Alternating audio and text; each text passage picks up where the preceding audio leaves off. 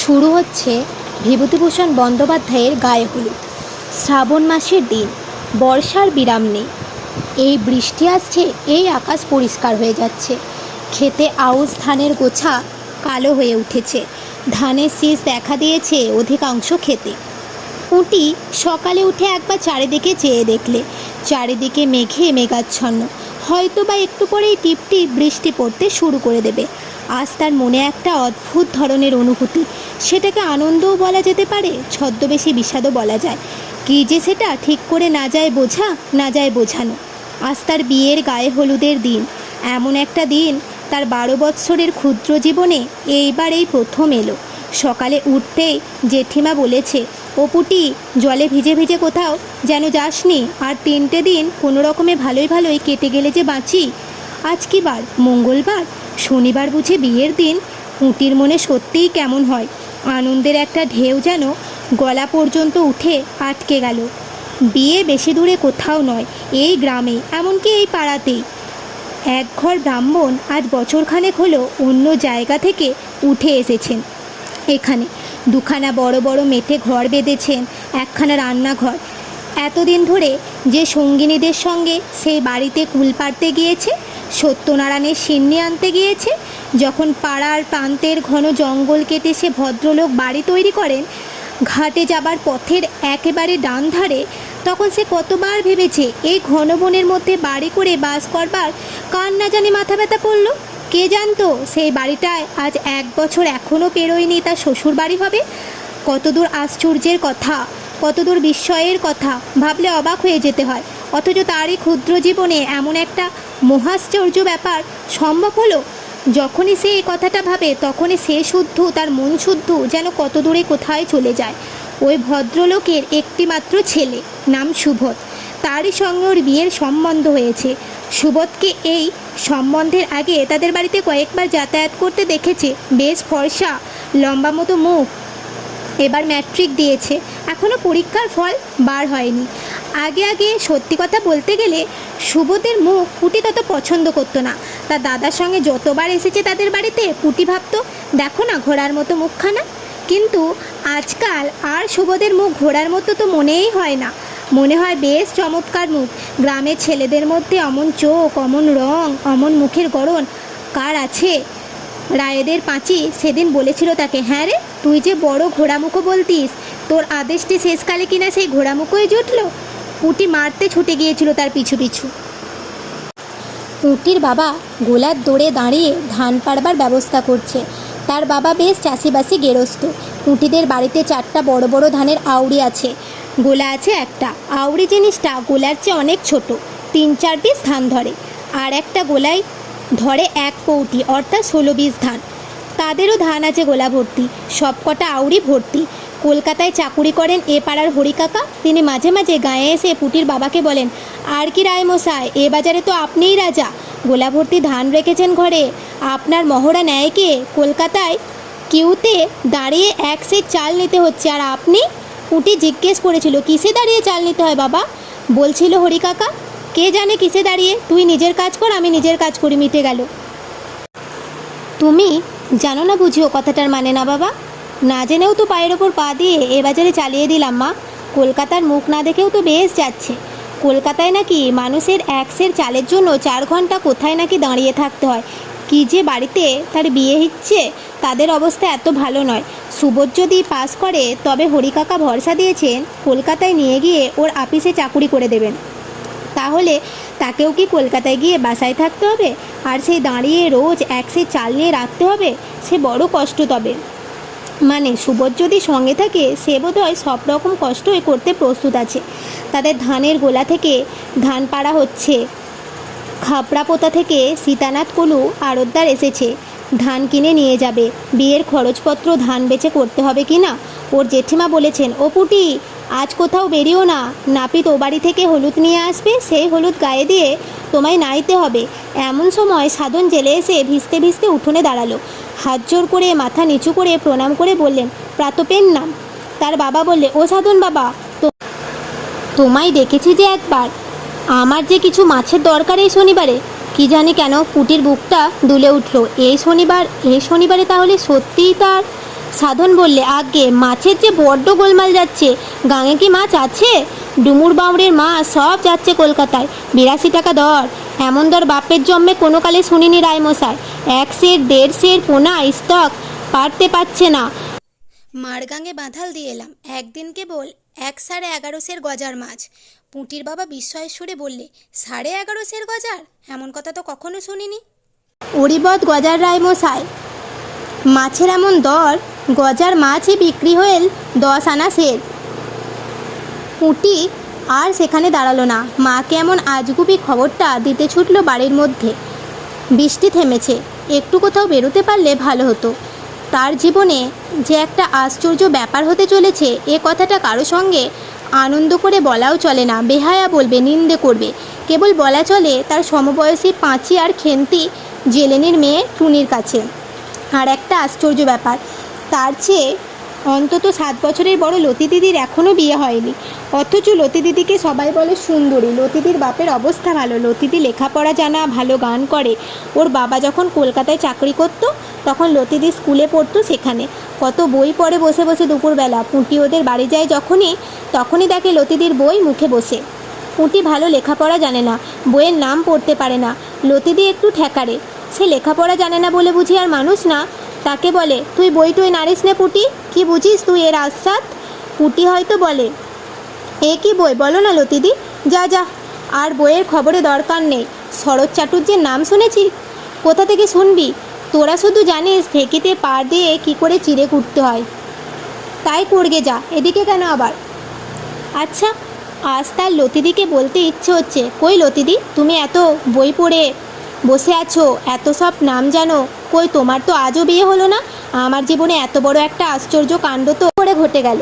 ধানের নিন্দে করো, বাবার গোলায় ধান ছিল বলেই তো আজ। কই তোমার তো তারপর ম্যাট্রিক পাস বর, এ গায়ে পাস করা ছেলে একমাত্র আছে মুখুজ্জদের জীবনদা, সে নাকি 2টো পাস, কোথায় চাকরি করছে যেন, ওই দিকে কোথায়। যার সঙ্গে বিয়ের কথা হচ্ছে সে মুখ্য নয়, পাসের খবর বেরোবার দেরি নেই। বাবা বলেন সুবোধ নিশ্চয়ই পাস করবে, হে ভগবান তাই যেন করে, পাস যেন সে করে। সত্যনারায়ণের সিন্নি দেব সে শ্বশুরবাড়ি গিয়ে। নাপিত এসে বললে, মা ঠাকুরুন, ও বাড়ি থেকে দেখে এলাম গায়ে হলুদের লগ্ন বেলা 10টার পর, আপনাদের যা দিতে হবে তার আগে দিয়ে দেবেন। গায়ে হলুদের তত্ত্ব আসবে ও বাড়ি থেকে, কীরকম জিনিসপত্র না জানি আসে। পুটির মনটা চঞ্চল হয়ে উঠল। একখানা লাল কাপড় নিশ্চয়ই তারা দেবে। পুটির মোটে 3খানা শাড়ি আর 1খানা ডুরে শাড়ি আছে মায়ের বাক্সে তোলা। এবার তার অনেক কাপড় হবে, গয়নাও হবে, 5 ভরি সোনা দেবার কথাবার্তা হয়েছে। এতদিন 2টি দুল ছাড়া অন্য কোনো গহনার অঙ্গে ওঠেনি, অথচ ওই কুমারী মেয়ে লতিদির হাতে 6 গাছা করে চুড়ি, গলায় লকেট ঝোলানো হার, কানে পাশা, হাতে আংটিও আছে। ও থাকতো শহরে, সেখানে মেয়েদের চালচলন আলাদা। এসব পাড়াগাঁয়ের কুমারী মেয়েরা কাঁচের চুড়ি ছাড়া আর কি গহনা পরে? অত পয়সাও নেই তার বাপের, গোলায় 2টো ধান আছে মাত্র। নগদ পয়সা কোথায়? যা কিছু করতে হয় সে ওই ধান বেচে। ভীষণ বৃষ্টি এসেছে, সঙ্গে সঙ্গে সামান্য ঝড়।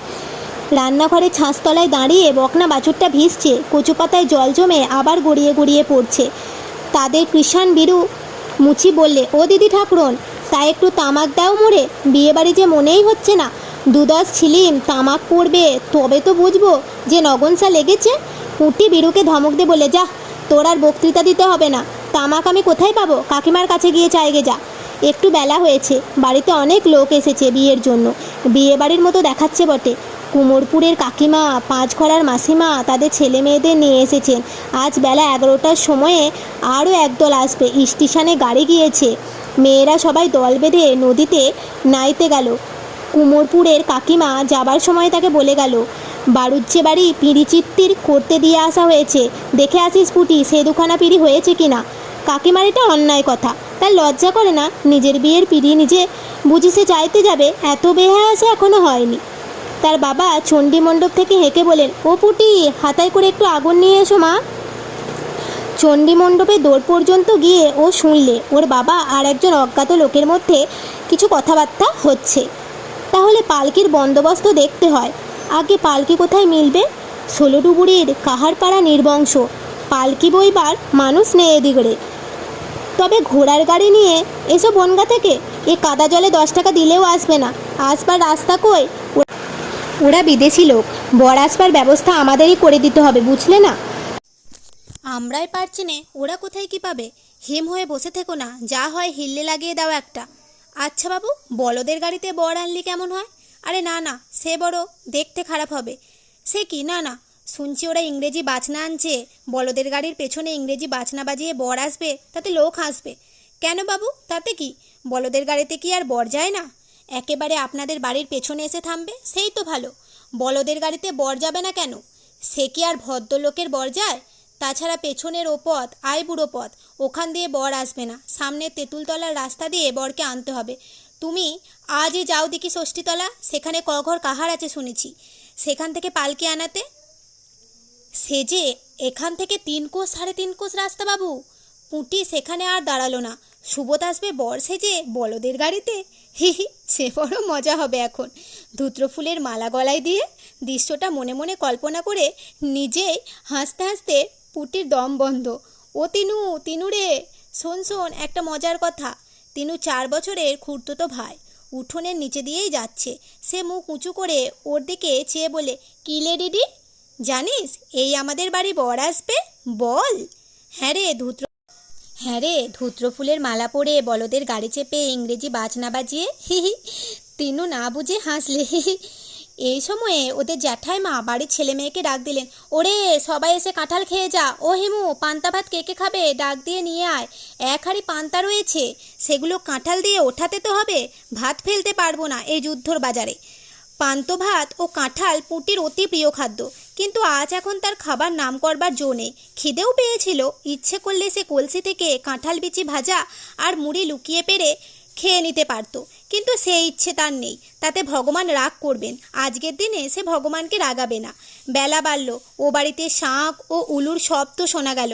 অবশ্যই খুব কাছে নয় পুটির ভাবি শ্বশুর বাড়ি, তাহলেও শাঁখের শব্দ না আসবার মতো দূরও নয়। ওর খুড়তুতো বোন শ্যামা বললে, ওই শোনো দিদি, দাদাবাবুর গায়ে হলুদ হচ্ছে। পুটি ধমক দিয়ে বলে, চুপ, মেরে ফেলে দেবো। দাদাবাবু কে? বারে হয়েছেই তো, আর তো 2 দিন দেরি। না, তা হোক আগে, আগে থেকে বলতে নেই। জ্যাঠাইমা তো বলেছে। কি বলছে? বলছে আমাদের জামাইয়ের গায়ে হলুদ হচ্ছে, সেখান থেকে তত্ত্ব নিয়ে নাপিত এবার এসে পৌঁছে যাবে। তা বলুক গে, আমাদের বলতে নেই। আচ্ছা দিদি, দাদাবাবু মানে সুবোধদা পাস করেছে? খবর এখনো বের হয়নি। আমি ওপাড়ায় রাধিদের বাড়ি গিয়েছিলাম এই একটু আগে। রাধির দাদা পাস করেছে, কাল বিকেলে কলকাতা থেকে ওর কাকা খবর দিয়েছে। তোর দাদাবাবু ওর? দূর, ওই কেশববাবুর ছেলের খবর কে পাঠাবে কলকাতা থেকে? ওদের তো কেউ নেই কলকাতায়। একটু পরে ওদের বাড়িতে শাঁখ বেজে উঠল, উলু পড়ল। নাপিত তত্ত্ব নিয়ে আসছে তেঁতুলতলার পথে, বাড়ি থেকে দেখা গিয়েছে। পুঁটির বুক আনন্দে দুলে উঠল। জ্যাঠাইমা বলেছিলেন, আশীর্বাদ হয়ে গেলেও বিয়ে না হতে পারে, কিন্তু গায়ে হলুদ হয়ে গেলে বিয়ে নাকি আর ফেরে না। এবার তাহলে সেই আশ্চর্য ব্যাপারটা তার জীবনে ঘটে গেল। কেউ আর বাধা দিতে পারবে না। পাড়া গাঁয়ে কত রকমের ভাঙচি দেয় লোকে, তার বিয়েতেও ভাঙচি দিয়েছিল, বলেছিল মেয়ের রং কালো, মুখ চোখ ভালো না, লেখাপড়া জানে না, আরও কত কি। কিন্তু সুবোধ, না, ছি, ওর নাম করতে নেই, নাম হিসেবে মনে ভাবতে নেই। তারপর বাকি অনেকগুলো কী ব্যাপার স্বপ্নের মতো তার চোখের সামনে দিয়ে ঘটে গেল। শাঁখের ডাক, উলুধ্বনি, মা কাকিমা জ্যাঠাইমা তাকে তেল হলুদ মাখিয়ে দিলেন। গায়ে হলুদের তত্ত্ব এলো, লাল পাড় শাড়ি, তেল হলুদ, একটা বড় মাছ, একটা হাঁড়ি দই। তার সমবয়সী বন্ধু 3 জন খেতে এলো তাদের বাড়ি। তাকে কাছে বসিয়ে কত যত্ন করে মাছ দিয়ে দই দিয়ে মা জ্যাঠাইমা কত আদর করে খাওয়ালেন, কত মিষ্টি কথা বললেন। সোনার পিঁড়িতে সিঁদুর দেওয়া হলো, প্রদীপ দেখানো হলো, যাতে শূন্য ধানের গোলা সামনের ভাদ্র মাসে আউশ ধানে অন্তত অর্ধেকটা পুড়ে যায়। বাবা বলেন, গোলার ধান খালি হয়ে যেত না, মধ্যে কি একটা গভর্নমেন্টের হাঙ্গামা এলো, কেউ গোলায় ধান জমিয়ে রাখতে পারবে না, তাতেই অনেকের ধান কর্য করে দিতে হলো গ্রামের লোকজনকে। গায়ে হলুদের তত্ত্বে আরও অনেক জিনিস এসেছিল। খাওয়া দাওয়ার পরে গাঁয়ের মেয়েরা কেউ কেউ দেখতে এলো, তখন সে নিজেও দেখলে। আগে লজ্জায় ওদিকে সে যায়নি। একটা শাড়ি, একটা ব্লাউজ, সায়া, একটা আলতা, সাবান, আয়না আর গন্ধ তেল, এসব জিনিস তার নিজস্ব, কারো ভাগ নেই এতে। সে ইচ্ছে করে যদি কাউকে দেয় তবেই সে পাবে, নইলে নিজের বাক্সে রেখে দিতে পারে, কারো কিছু বলবার নেই। সব কাজ মিটতে বেলা 2টো বেজে গেল। পুঁটির মন ছটফট করছিল। ওপাড়ার লতিদি, হিমি, অন্ন, রাধি এরা কেউ আসেনি। এদের গিয়ে একবার দেখা দেওয়া দরকার, যাতে তারা বুঝতে পারে যে তার গায়ে হলুদের মতো আশ্চর্য ব্যাপারটা সত্যিই ঘটে গিয়েছে। আচ্ছা, যখন ইংরেজি বাজনা বাজিয়ে বর আসবে তাদের বাড়ির দৌড়ে তেঁতুলতলার ওই পথটা দিয়ে, বোধনতলার কাছে পালকি নামিয়ে প্রণাম করে বাজি পূর্বে লোকজনের হৈ হৈ হবে, ওহ, সে সময়ের কথা ভাবাও যায় না। দেখে যেন পাড়ার সব মেয়েরা এসে। সে বেড়াতে বেড়াতে গেল মুখুজ্জে বাড়ি। মুখুজ্জে গিন্নি ওকে দেখে বললেন, কিরে পুঁটি, আয় আয়, গায়ে হলুদ হয়ে গেল? আহা, এখন ভালোই ভালোই দুহাত এক হয়ে গেলে।